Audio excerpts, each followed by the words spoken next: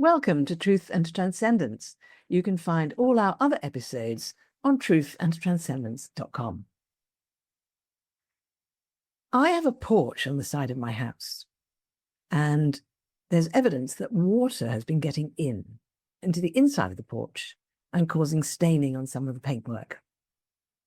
If you live in Wales, and probably some people listening to this and watching this live in Wales, you may say to yourself, well, living in Wales, of course, that's going to happen. That's natural because of the wind and the rain and the weather of it all. And anyway, you're halfway up the side of a valley, Catherine, so stop complaining.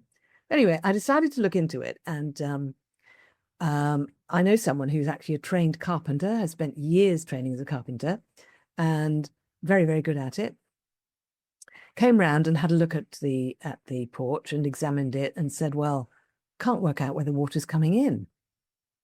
We had a long conversation and walked round and round looking at it. And they said, well, I think the only way, you're going to have to clad the outside or to stop water getting onto the wall, or you're going to have to kind of, paint the inside with something waterproof so the water can't get in, etc. And off they went. Okay, fine. So that's probably the most capable person. Then someone else, a friend, came round who's not a trained carpenter in any way. And I said, do you want to have a look at this porch? And we started walking around the porch, and this person, also a man, these are both men, said, well, water's getting in there, and pointed at a tiny little pinpoint hole in the exterior of the woodwork on the porch.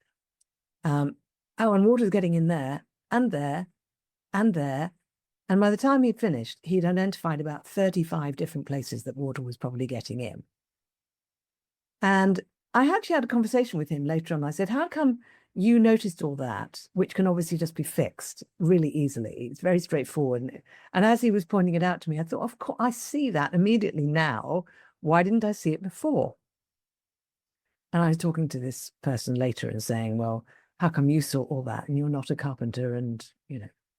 And I realized in the conversation that there's this tendency to assume what we think someone in front of us is good at and what they're going to be able to do. And we also assume, I think in a way, what the nature of a problem is and some idea about possibly what the solution might be. So this was really interesting to me because it brought home to me that it's not safe to assume that I know everything about someone's capability. So in relation to this particular problem, the first person, the carpenter, actually lacks a certain capability at spotting and understanding a problem. And that problem is perhaps directly related to carpentry in terms of the solution. But the other person with no qualifications of any kind is actually much, much more capable in regard to spotting the nature of the problem and what would be the simplest solution. So you may be rolling your eyes at this point and saying, yeah, Catherine, we all know this. We all know someone who's just surprisingly capable, but they're not qualified.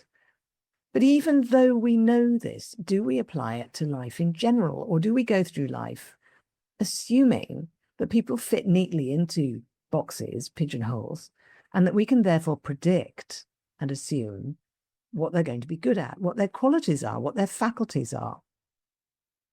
And I think one of the things that keeps this sort of mentality in place is this misunderstanding we have about human beings, which is that people are simple. People are not simple. People are highly, highly complex. One person described it as, if you imagine each human being as a diamond, where the diamond has been cut with many, many, many faces to the diamond. And each face is an aspect of that person. So when you're standing on one side of the diamond and looking at a particular facet, that's what you can see. And you may then make certain assumptions about what's on the other facets, or you may even forget that there are other facets. Either way, if you make those assumptions or forget there are other facets, you immediately are misjudging that person. So what I take from this is that the safest way is to assume that we know almost nothing about other people. And the more we get to know somebody, it doesn't mean that there's less and less of them for us to understand and to learn. And now this is really interesting to me because it means that knowing other people and experiencing other people in our lives is an ever expansive, limitless journey and adventure. Very exciting and wonderful. But on the other hand, in reality, in practical life, sometimes we need to make decisions or ask someone to do something for us or say no or decide whether to spend time with somebody. We have to make judgments, actually, about people based on limited experience. So my suggestion is, if we can simply remember that the information and the experience we have of this person is extremely limited, even when we think it's profoundly deep and comprehensive, that may then save us. Because what that does is it helps us to remain open to discovering more as we get closer and more involved with that person.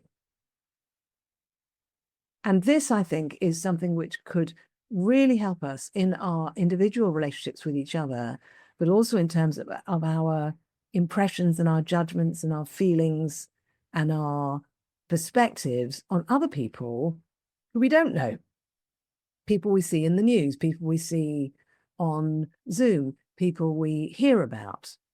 So long as we can remember that we cannot possibly know more than a minority of information about that person, and you may argue with me about this, but this is genuinely what I believe, then that can help us remain open to new information and new experiences and impressions coming in. So I'm going to wish you a great week and invite you to really crank the perception and the assumptions open and take another look at the people in your life. And of course, do this to yourself. Take another look at yourself. There's always more to be experienced about yourself. There are more faculties and qualities and beautiful aspects of you yet to be experienced and discovered. So there's the people in your life, there's you yourself, and there's the people who you don't know, but who you hear about and think about and watch and listen to. So have a fantastic week filled with openness and wonder and fresh perspectives. Check out my other episodes on truthandtranscendence.com. And please check out my other work on beingspace.world and freedomofspirit.world. Have a wonderful week, and I'll see you next time.